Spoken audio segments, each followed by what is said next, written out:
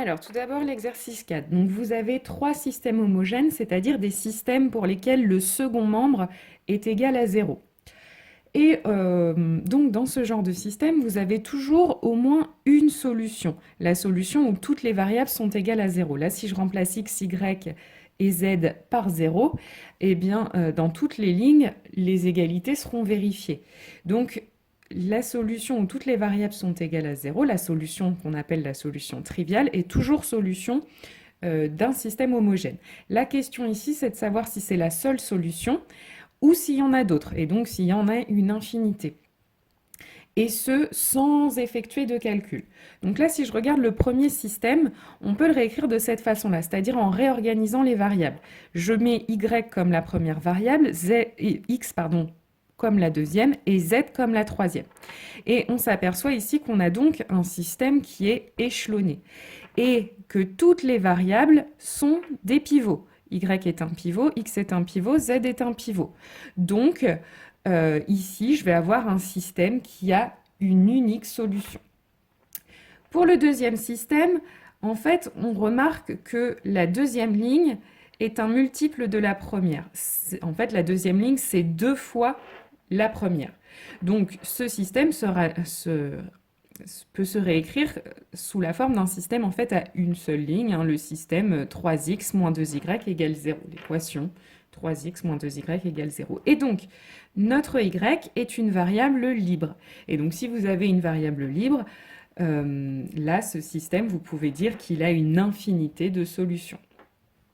Et enfin, le dernier,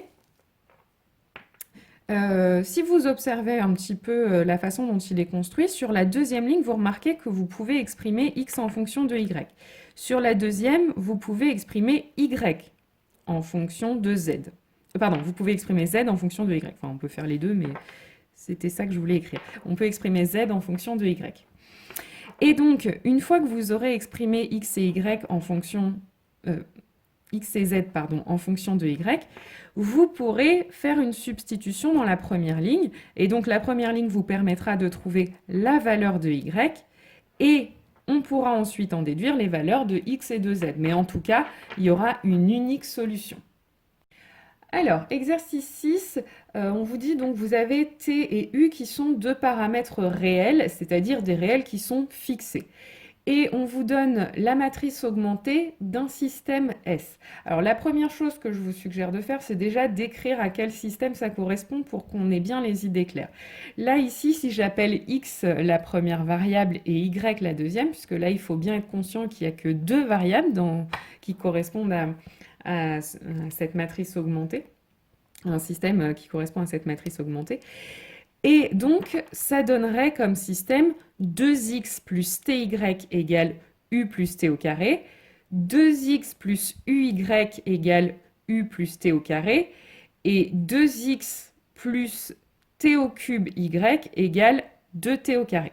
Voilà le système qui correspond à cette matrice augmentée.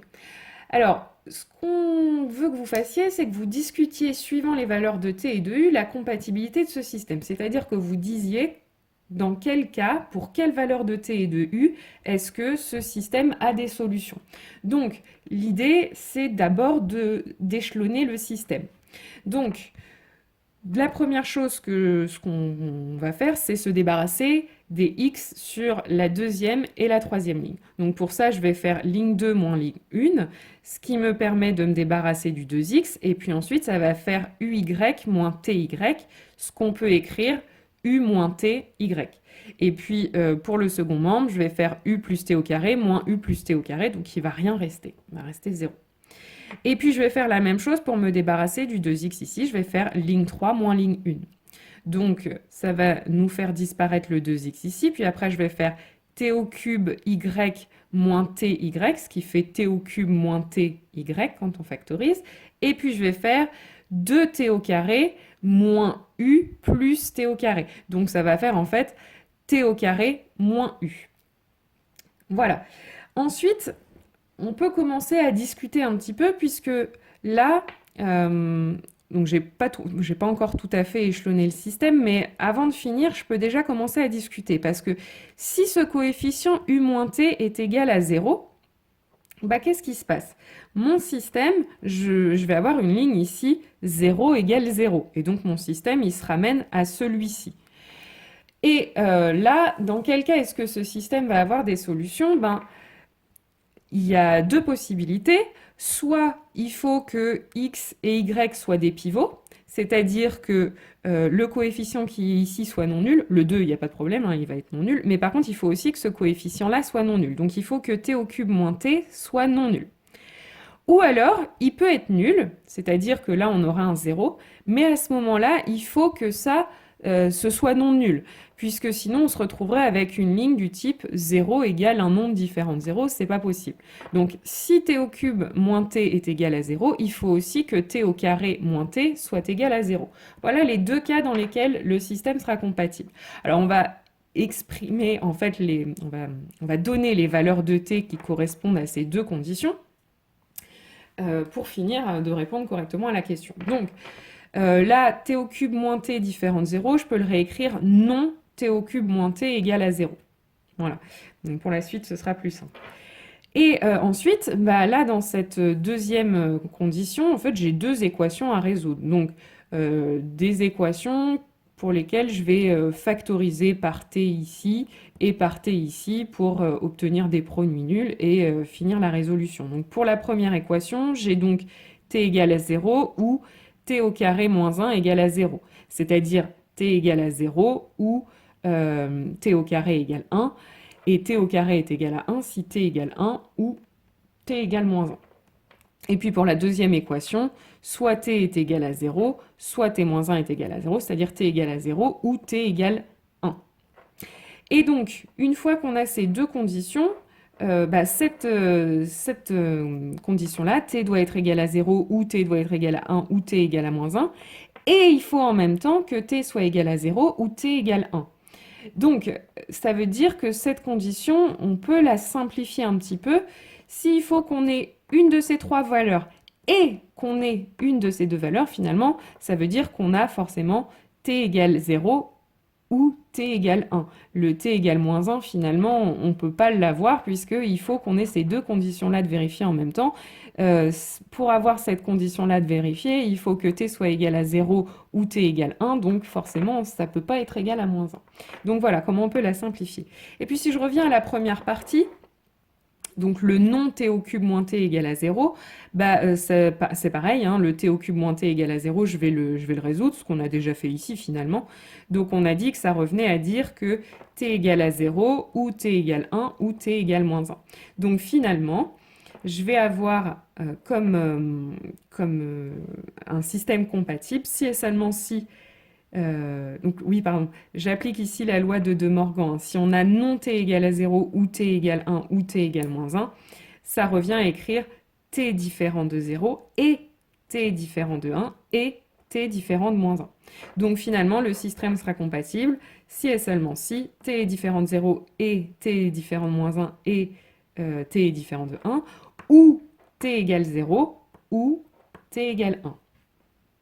Alors maintenant, deuxième cas, le cas où éventuellement u moins t ne serait pas égal à 0.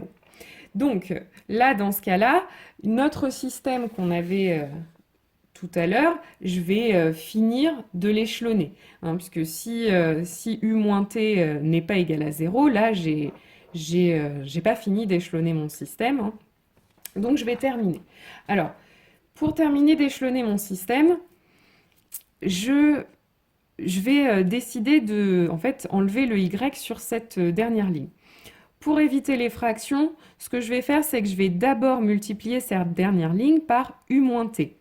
Ce qui est possible hein, ici, puisque u moins t est différent de 0, donc je ne vais pas être en train de supprimer une ligne en faisant ça. Hein. J'ai le droit de le faire, je suis en train de multiplier par une ligne par une constante non nulle, donc c'est tout à fait autorisé. Donc, je le fais. Et maintenant, pour faire disparaître ce y, en fait, je vais faire L3 moins t au cube moins t, L2. Si je fais ça, je vais annuler les y, et puis de l'autre côté, je vais faire ce coefficient, moins t au cube moins t fois 0, donc en fait, je fais rien. Donc, il me reste cette dernière ligne. Donc là, mon système est échelonné et donc il sera compatible à condition que je n'ai pas de ligne 0 égale à un nombre différent de 0. Autrement dit, il sera compatible à condition que ce coefficient soit égal à 0, pardon. Et donc, à quelle condition est-ce qu'il sera égal à 0? On sait déjà que u moins t est différent de 0, donc il sera égal à 0 à condition que t au carré moins u soit égal à 0. Autrement dit, à condition que u soit égal à t au carré.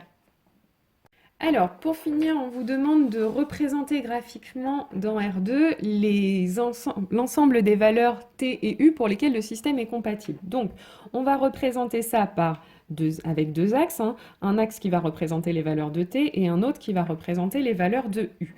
Et puis, on va reprendre petit à petit tout ce qu'on a dit depuis le début de cet exercice. Donc, la première chose, on a dit que le système, on s'est intéressé au cas où u était égal à t.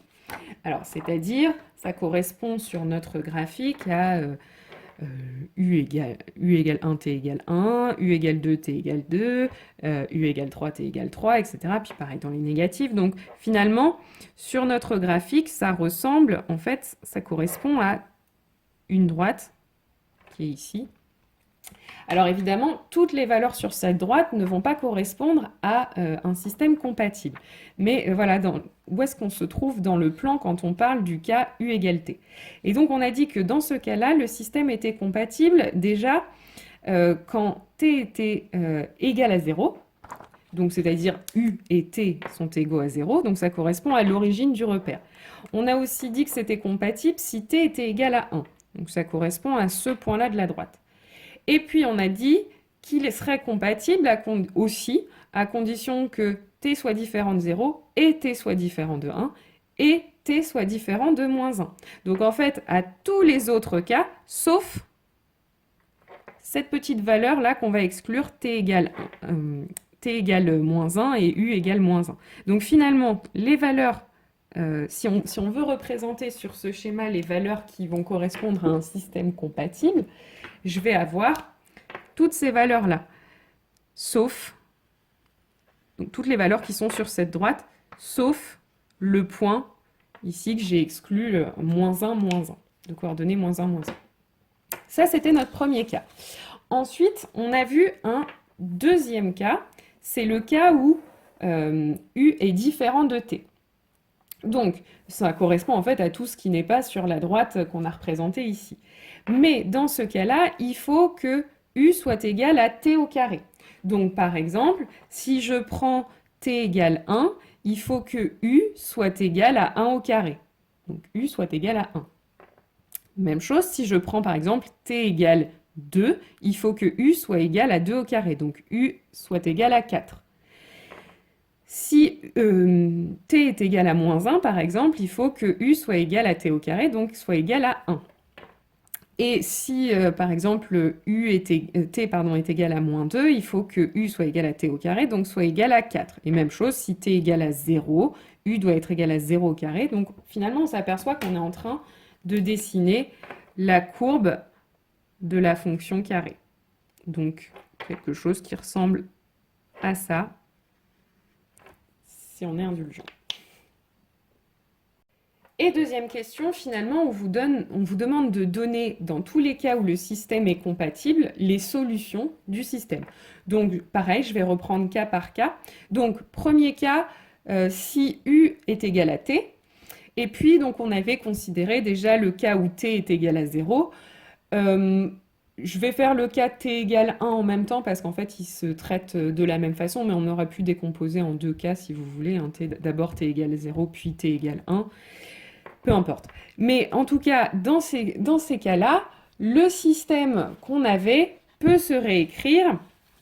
Donc, on avait ce système-ci, dans le cas u égale t. Et donc, si t égale 1, vous allez avoir t au cube moins t qui va être égal à 1 au cube moins 1, donc 0. Et puis, t au carré moins t qui va être égal à 1 au carré moins 1, donc à 0. Et même chose, si t vaut 0, vous allez avoir 0 au cube moins 0, 0. Et puis 0 au carré moins 0, 0. Donc finalement, dans ces deux cas-là, le système va pouvoir se réécrire 2x plus ty, donc t qui peut valoir 0 ou 1, est égal à t plus t au carré. Et puis surtout notre deuxième ligne qui va être 0 égale 0. Donc finalement, le système se résume à cette ligne-là, dans laquelle je vais pouvoir exprimer x en fonction de y. Donc pour ça, je passe le ty de l'autre côté, puis je divise par 2, tout simplement. Donc finalement, l'ensemble de mes solutions, ça va être t plus t au carré moins ty sur 2, y, qui est ma variable libre. Et y est un réel. Donc finalement, dans ce premier cas, je vais avoir une infinité de solutions. Ensuite, deuxième cas qu'on a vu, on est toujours dans le cas u égale t, mais on a aussi t est différent de 0, t est différent de 1 et t est différent de moins 1. Dans ces cas-là, le système va s'écrire sous cette forme. On a donc y qui va être égal à t au carré moins t sur t au cube moins t. Et puis si je remplace maintenant dans ma première ligne le y par t au carré moins t sur t au cube moins t, que j'isole mon x, finalement je me retrouve, donc en fait avec t moins t au carré, je passe mon ty de l'autre côté, donc moins ty. Ty, en fait, ça revient à multiplier cette fraction par t, et si on la simplifie par t en haut et en bas, ça revient à t au carré moins t sur t au carré moins 1. Et puis, il y a un petit coefficient 1/2 pour annuler le coefficient 2 devant le x. Donc finalement, je me retrouve en tout cas avec une solution unique. Alors, j'ai un petit peu simplifié l'écriture de x, là, en écrivant l'ensemble de mes solutions. Donc x, en fait, j'ai rassemblé tout ça, j'essaie de rassembler tout ça sous une seule fraction, donc je mets au même dénominateur. Donc t devient t au cube moins t sur t au carré moins 1, et t au carré devient t puissance 4 moins t au carré sur t au carré moins 1. Et puis moins t au carré plus t. Donc, et puis à l'étape suivante, je simplifie encore mon numérateur, et puis je multiplie mon dénominateur par 2 pour faire la multiplication avec le 1/2. Donc finalement, voilà mon unique solution au système. Et enfin, le dernier cas, c'est le cas où u est différent de t, et t au carré est égal à u. Donc, c'était notre système qui était ici, sauf que je me suis débarrassée de cette dernière ligne, puisque en fait, vous aviez donc t au carré moins u qui vaut 0 du coup, puisque t au carré égale u. Donc finalement, cette ligne, c'est 0 égale 0. Donc j'ai tout simplement réécrit les deux premières lignes en prenant bien soin de remplacer mon t au carré aussi par u, puisque c'est la même chose. Donc là, finalement, au lieu de mon u plus t au carré, j'ai 2u. Et donc, je résous mon système. Donc là, y, si je divise par u moins t des deux côtés, ce qui est possible, puisque u moins t est différent de 0, j'ai donc y égale à 0. Et en remplaçant dans ma première ligne, j'ai donc 2x égale 2u, autrement dit, x égale u. Donc, l'ensemble de mes solutions, il n'y en a qu'une en fait, solution, c'est u0.